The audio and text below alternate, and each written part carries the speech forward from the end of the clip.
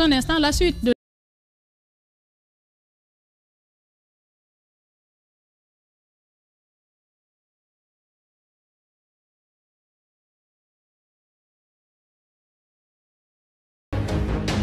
Mais aussi sur Espace TV. Merci à nos sites partenaires qui relaient cette émission, notamment guinée114.com, guinénews.com, mais aussi guinématin.com. Merci de votre fidélité.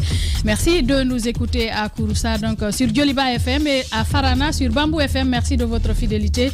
Nous continuons l'émission, Antoine, avec cette tournée des ministres à l'intérieur du pays. Immersion gouvernementale au pays profond, les ministres à Cancan. C'est le round 2. Il y a eu le premier round.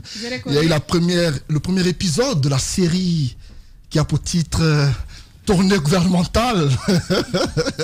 Qui a eu son épisode 1 à Zélékoré. Avec des déclarations catastrophiques. Qui a duré. On prend des mesures. Il y a eu 6 épisodes à Zélékoré. Ça a duré 6 jours.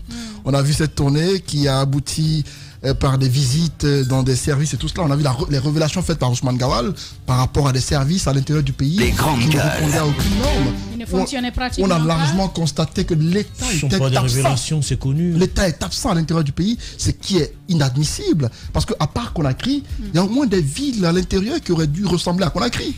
Ce qui n'est pas le cas en Guinée. Et donc, c'est l'un des acquis qu'on peut retenir de la tournée à Zélékoré, c'est le fait qu'après leur tournée, tout le matériel qui est arrivé pour le Conseil des ministres a été laissé au gouvernorat de Zélékoré. On a un peu rénové la salle de conférence du gouvernorat ou même la salle dans laquelle, je crois, de la préfecture. On a vu au moins que il y a eu une insonorisation de la salle et tout cela. Les micros sont restés.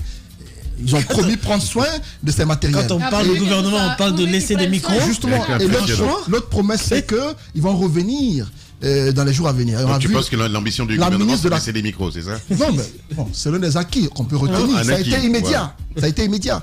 La ministre de la Communication l'a vu faire un détour au niveau des installations de la RTG qui sont d'une vétusté incroyable. Elle s'est offusquée de voir que la RTG a abandonné à l'intérieur du pays. Après Zélékoré, on a vu, ils sont en Haute-Guinée désormais. Hier, on a vu les images de la Haute-Guinée. Mandiana, où le Premier ministre a été hier, pour prendre des engagements auprès des populations. Encore une fois, on l'a tous dit, la tournée, elle est à saluer parce que ça permet de toucher du doigt les réalités de l'intérieur du pays. Sauf que, après cela, il ne faudrait pas qu'il y ait les mêmes constats comme on le fait tous les jours. Il faut qu'il y ait des actions concrètes afin qu'il y ait des changements. Il y a eu des discours qui ont été tenus par des ministres qui, à mon avis, le président a bien fait d'interpeller tout le monde pour dire que vous n'êtes pas en campagne présidentielle. Il faut faire attention. On a cité le cas de Mori Kondé qui par moment a tendance... son langage parfois n'est pas ministériel. Parce qu'un ministre, ça choisit les mots, ça choisit le ton, ça choisit la posture. Lorsqu'un ministre parle de go pour s'exprimer devant ses cadres, de go. J'ai compris. Oui, il prend un exemple parlant des titres fonciers sur une femme en disant que c'est comme si je disais mon père me léguait tel domaine avec mes frères et puis un jour je rencontre une go dans la rue et puis je ça c'est un ministre qui parle comme ça devant des cadres de la région. À mon avis, la jeunesse est encore dans la quand même. Non, mais pas une question de jeunesse. Il a voulu avoir un ton John. Non, il n'a pas besoin de ça. Il a voulu adopter un ton John. Quand un sujet est sérieux, il faut prendre des mots sérieux pour il n'a plus la posture d'un Yankee à mettre aussi pour utiliser un terme. Ce type de propos pour moi, dans ses propos, il était jusqu'à dire, il a remis en cause le décret de l'ancien Condé, tout ça. C'est pourquoi hier on a dit il serait important pour lui de brandir le décret d'Alpha Condé pour étayer ses propos. De l'autre côté, on a entendu le ministre des Affaires étrangères, Maurice Kouyaté, qui est revenu sur le courant à Zélékoré, parlant de Doumbouya qui aurait investi 18 millions de dollars pour que Zélékoré ait le courant. Cela, certainement, il a ces éléments qui lui permettent de dire cela. Ce que nous savons, c'est que c'était 14 millions, je crois bien, le projet d'interconnexion. Certainement, la junte militaire a dû prendre des actions. C'est une œuvre parachevée de toutes les façons. Oui, ça on est d'accord avec. Ouais. C'est la junte militaire qui a permis à ce que ce projet-là soit parachevé. Sauf qu'il y a 2 ans en arrière, on se souvient qu'il y a eu l'entame du projet de ce côté. C'est la continuité de toutes les façons. L'administration. Tu sais, ils sont pas encore sortis de cette mentalité. Il y a une volonté. Voilà. Il y a une volonté de bien paraître aux yeux du chef. Non, la communication, je me dis que chacun de son côté tente de convaincre à l'intérieur, ce qui est normal parce qu'ils vont avec de mauvais arguments. Il est important que l'on essaye de faire comprendre aux populations ce pourquoi la junte est venue au pouvoir, c'est qu'elle a l'intention de faire. Sauf qu'ils ont de très mauvais arguments. Noble. Sauf que par moment, il faut faire attention à des propos que l'on tient, parce que ça peut nous rattraper. Alors même si c'était aux États-Unis ou en France, les présidents généralement viennent pour 2 mandats non renouvelables. Mais je me souviens très bien que je n'ai jamais rencontré un discours dans lequel, dans le premier mandat de Macron, il parle bien de son prédécesseur. Jamais. C'est toujours vers la fin, quand il sait qu'il ne rebelote plus, que désormais il reconnaît les acquis. Alors c'est comme ça, c'est la même chose. Vous voulez quoi? Vous voulez que le ministre Maurice Sanda aille faire les éloges de Alpha Condé qu'ils ont la vérité. Ouais, mais non, mais la réalité, les gouvernements, on n'a pas dit qu'ils ne prennent pas pour des données. Les gouvernants, Ahmed, alors Ahmed, tu lis beaucoup, mais je pense que t'es pas encore arrivé au bon bouquin. Tu sais très bien que les gouvernants mentent et continuent de mentir toujours pour faire plaisir à l'oreille du peuple. Ça, tu le sais, c'est un principe. Non, là, c'est pour faire plaisir à l'oreille de leur chef. Non, pas seulement au chef, au peuple aussi. Vous avez une junte militaire qui, à un moment donné, a des difficultés et commence à avoir des difficultés sur le terrain parce que ce n'est plus le même applaudimètre que le 5 septembre. Ça a beaucoup diminué, énormément diminué.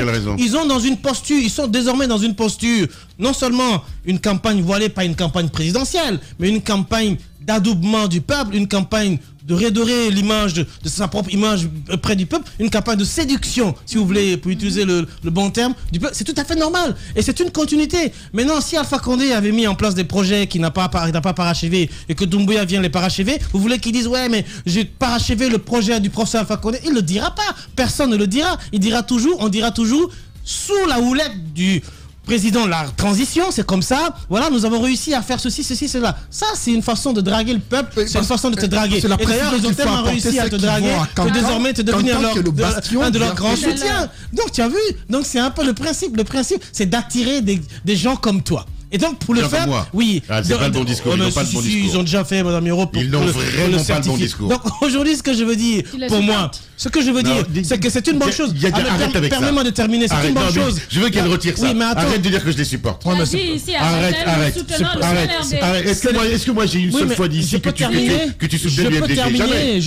Alors, ne dis pas ça, Diadia, s'il te plaît. Je peux terminer. Alors, la tournée gouvernementale, certes, est une bonne chose, mais comme le dit Antoine, je serais déçu s'ils reviennent et que les seules actions qu'ils auraient laissées sur place, c'est de nous laisser des micros et des salles de conférence désormais équipées. Moi, quand on me parle d'un gouvernement dans une situation pareille, comme dans une grande tournée à l'intérieur du pays, dans un pays complètement exsangue. Alors, c'est connu qu'à l'intérieur du pays, vous avez des villes où il n'y a pas d'école, vous avez des villes où il n'y a pas de centre de santé, vous avez des villes où il n'y a aucune infrastructure, vous avez même des villes où vous trouvez un seul policier, un seul gendarme.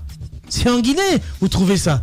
Et c'est connu, les rapports sont là, les rapports sont remontés à longueur de journée. Ces gens-là le savent.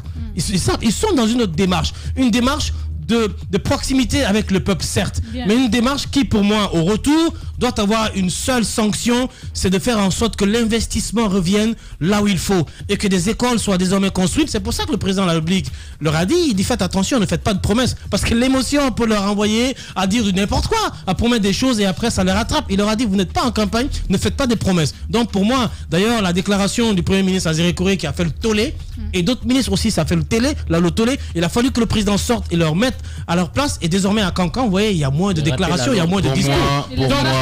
Pour moi, un bon ministre est un ministre. Mais en même temps, pour moi, Jacques, excuse-moi, je te laisse la parole après. Okay. Je dis juste pour moi, un bon ministre est un ministre qui s'exprime peu, mais qui travaille beaucoup. Qui agit. Voilà. C'est pourquoi moi, j'ai envie que le ministre de l'Agriculture et de l'Élevage, lui, il peut y rester. Parce que quand les autres vont décider de revenir là, lui, il y reste parce que on a beaucoup plus d'actions à voir dans son sens.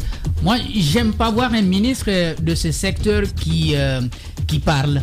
Parce que hier, par exemple, j'ai vu ce papier qui fixait un peu le prix des engrais jusqu'à 400 000. C'est un accord qu'on a trouvé avec la Chambre de commerce, alors que sur le marché, on est en train de vendre le sac à plus de 600 000.